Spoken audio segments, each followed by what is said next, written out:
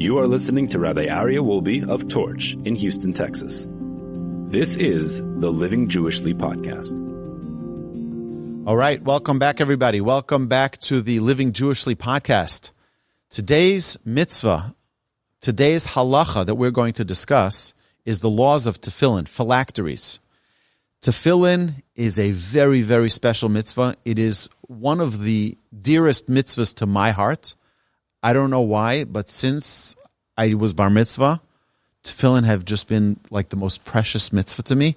And I'm like a little bit of a fanatic about my tefillin, about them being absolutely perfect.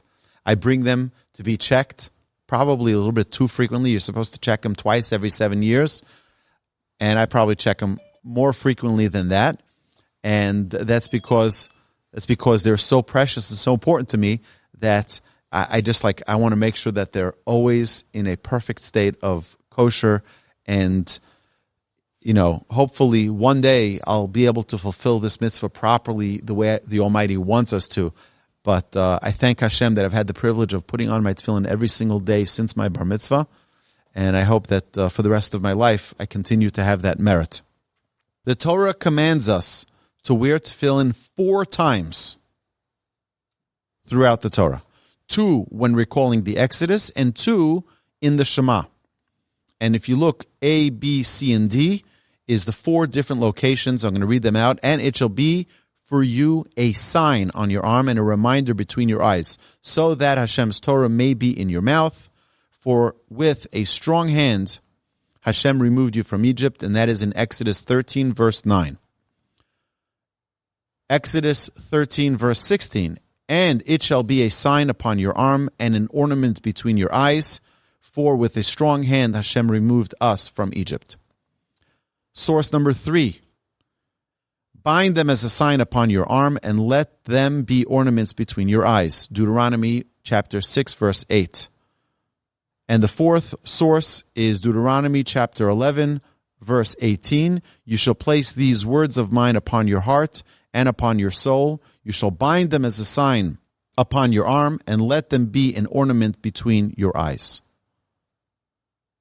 The mitzvah of tefillin is very precious, that all of Torah is equal to it. There are several mitzvahs that it is said about them that performing that mitzvah is like performing all of the mitzvahs of the Torah, meaning it has an unbelievable power of connection to really elevate us and bring us to a very special connection with Hashem.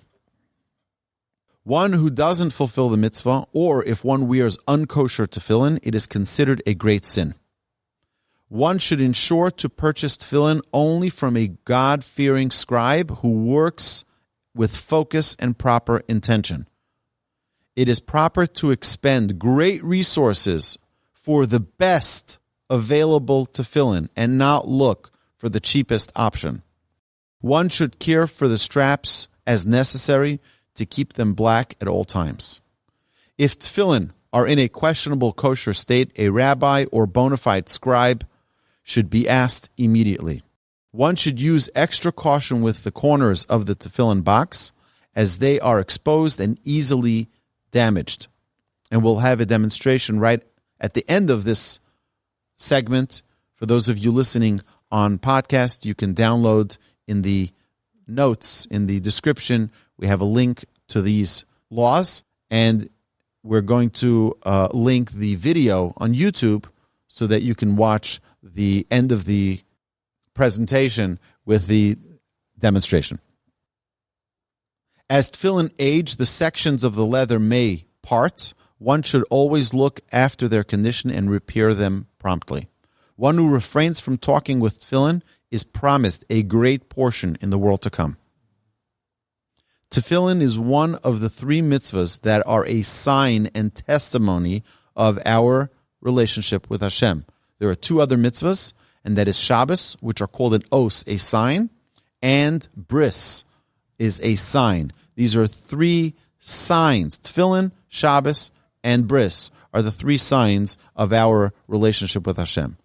The head tefillin. Now, I'm going to call it the head tefillin and the hand tefillin to discern between the 2. The head tefillin has shins on both sides, as we'll see shortly, and should be revealed when wearing them and not be covered. So if someone is wearing a talus, the talus shouldn't cover over the head tefillin because there are the shins on both sides of the head tefillin, and they need to be shown as a great testimony.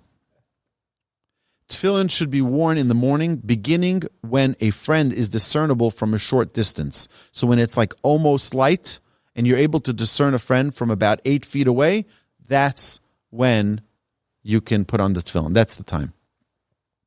One should first put on the talus and then the tefillin, since talus is a more regular mitzvah. We learned this previously, that something which is more frequent takes precedence. For example, Rosh Chodesh, the first day of the month, and Hanukkah. Which one is more frequent? Rosh Chodesh is every month. Hanukkah is once a year. So when you have Rosh Chodesh and Hanukkah combined, you observe the Rosh Chodesh customs before the Hanukkah customs. Here, with tefillin and tzitzis, a talus is worn all day, Shabbos, and weekday. Tefillin are only worn on weekday. Because talus is more frequent, it takes precedence and we wear it first.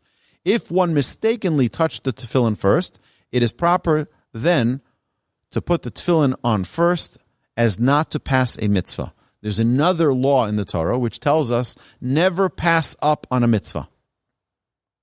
So if you happen to touch your tefillin first, put on your tefillin first. Why? Because putting it down and saying, I'm going to put on my talus first, you're putting a mitzvah aside. You're not supposed to put a mitzvah aside. You have an opportunity of a mitzvah, you do it right away. The hand tefillin is always put on before the head tefillin.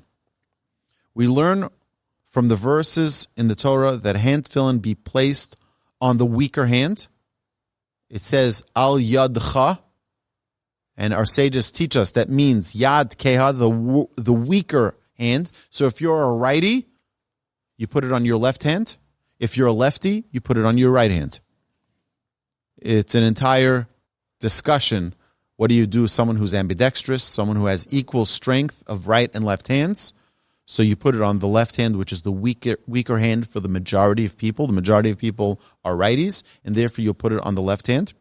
And the proper placement is at the highest point of the bicep to the elbow and opposite the heart. The tefillin should lean towards the body. We're going to demonstrate this a little bit later. We also learn from the verse that the head tefillin is placed between the eyes by the hairline till the soft area of the baby's head. So we know there's a soft area of the baby's head. It should not be placed further back than that spot. And one should use extra care that the head tefillin be in the proper place. If it's on the forehead, it's not the correct place. It should be at the beginning of the hairline. I'm going to show it to you in a few minutes. The head tefillin knot, there's a knot in the back of the head, should be in the foramen magnum, which is like that little ridge of those two bones in the back. That's where the knot should be placed, which is equal to the height of the eyes. And you will see this in the illustration on page number 2. The tefillin should fit properly on the head, and one should use caution of placement if the tefillin are larger. Some people have a custom to have larger tefillin. This is the standard size of most tefillin, but some have considerably larger, and it's much more difficult to have them in the right place when they're so big. The Sephardic have even smaller than this. They have very, very small tefillin. It's much easier to get it in the right spot to put it properly when it's smaller. All sizes are kosher, but it's more difficult to put it in the right place when it's so large. Now, when one wears the tefillin, one puts on the tefillin, they should be standing. When removing the tefillin from the bag, it should be done by hand and not by shaking the tefillin out of the bag, which would be a sign of disrespect. It means don't take the tefillin that are in the bag and shake it out like that. Put your hand in and take it out with respect and dignity. When tying the tefillin on the hand, on the bicep area, it needs to be from the middle of the bicep area and down. From here and down. When tying the tefillin on the hand on the bicep, the bracha should be recited first, then the knot secured and wrapped 7 times around the forearm. So from here, from the elbow till the wrist, it should be 7 times. 1, 2, 3, 4, 5, 6, 7. And then immediately place the head tefillin on the head, recite the second blessing, and then secure the head tefillin in the proper position. While securing the head tefillin, Baruch Shem is recited. And finally, after the head tefillin is secured properly, the hand tefillin is fastened around the fingers, 3 times around the middle finger, 1 on the middle knuckle, and twice, 1 circle around the middle knuckle, and twice around the first knuckle closest to the palm. While securing the hand straps, one should recite Ve'erastich li. So, when placing the hand tefillin on the bicep muscle, on the left arm, and before tightening it, we say, Baruch atah Hashem Elokeinu melech haolam asher kidishanu b'mitzvosav v'tzivanu lehaniach tefillin. Blessed are you, Hashem, our God, King of the universe, who has sanctified us with his commandments and has commanded us to put on tefillin. We knot the tefillin on our arm, we strap around our arm 7 times, and then place the head tefillin on our head, between our eyes, and say, Baruch atah Hashem Elokeinu melech haolam asher kidishanu b'mitzvosav v'tzivanu al mitzvas tefillin. Blessed are you, Hashem, our God, King of the universe, who has sanctified us with his commandments and commanded us concerning the mitzvah of tefillin. With the head tefillin in place, we say, Baruch Shem kavod malchuso olam va'ed. Blessed is his name, whose glorious kingdom is forever and ever. And then, when wrapping the 3 wraps around the finger and the subsequent wraps around the palm, we recite, Ve'erastich li le'olam, ve'erastich li v'tzedek u'v'mishpat, b'chesed u'v'rachamim, ve'erastich li be'emuna v'yadat es Hashem. And I will betroth you to me forever, and I will betroth you to me in righteousness, in justice, in kindness, and in mercy. And I will betroth you to me in faithfulness, and you shall know Hashem. So now, if you look at page number 2, I want to just, on the top left, we'll start from the top left and we'll work our way down. So there are 4 main parts of the tefillin. There's the bayit, which is the house of the tefillin. Now, inside here, if you look, there's 3 ridges. There's 4 different compartments. In each one of these compartments, as you can see on the bottom left and then on the bottom right, there is a little scroll in there, folded up and placed in each one of these 4 compartments. The 4 portions that we spoke about earlier are the 4 portions that are placed in here, that are placed inside these tefillin. So this is the bayit. If you notice, there's the shin. I'm going to do it so that the camera can see the shin. One with 4 legs and one with 3 legs on both sides of the tefillin. This is called the titura, which is, I guess, the base of the tefillin. There's the ma'avarta, which is the bridge, where the string goes through, where the strap goes through. And then this is called the ritzua, the straps. Now we have the knot. This is the head tefillin. There's the knot that's on the end of the head tefillin. And then on the hand tefillin, there's also a strap, and there's also a knot that needs to be always touching the house. There are 2 houses. Each one of them, they're identical, except this is 4 compartments. The head one has 4 compartments, 4 separate compartments, and the hand one has 1 big compartment, and all 4 portions are on 1 scroll. Here they're on 4 separate scrolls, placed in separate compartments, and here they're 1 long scroll rolled up and placed in here. Now, if you notice, we said there's the shin. We have the shin here. If you look here at the bottom, this is the shape of a dalid. The knot is a dalid. And here, the knot by the tefillin of the hand is a yud. That would be the name of Hashem. The shin, the dalid, and the yud. And that you can see on the top right, the illustration here of Hashem's name is the shin, dalid, and the yud. The next is the hand tefillin. Important for us to constantly remind ourselves that this knot, this yud knot, should always be touching the box. Now, if you'll look very, very carefully, you'll notice that there is a little gid. A gid is a sinew from the animal that this was actually made of. Parchment is made from an actual animal. This is hide of an animal. It takes a long time for them to press it properly, to put it into these molds. And it's with a tremendous amount of pressure that it becomes so perfectly square. A lot of hard work, a lot of time to get it into the exact size, exact shape that it needs to be. I'm talking about this, the actual box. The paper is also of hide. Now, it needs to be perfectly square, which is why we're going to be very careful with the corners. Because if you bang this on the desk, you bang it, for example, when someone wears the tefillin on their head and they bow for the Amidah, sometimes you can hit a wall. Got to be very careful about it. With tefillin, you have to be extremely, extremely careful because it could get dented, and then you need to go bring it to a sofa and repair it. Also, it needs to be completely black. You need to ensure at all times that it's black and that it's not fading. Okay.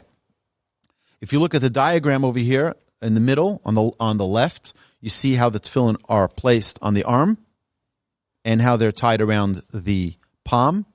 If you look on the diagram in the middle on the right, that shows the exact positioning of where the tefillin should be on the head, at the beginning of the hairline and back, and then on the knot in the back, if you see the equal spot that it should be aligned with the height of the eyes.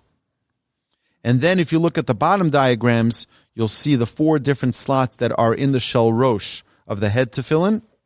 And there are 2 different opinions. There's the very popular, the most popular. If you look over here, it says Rashi on the bottom here.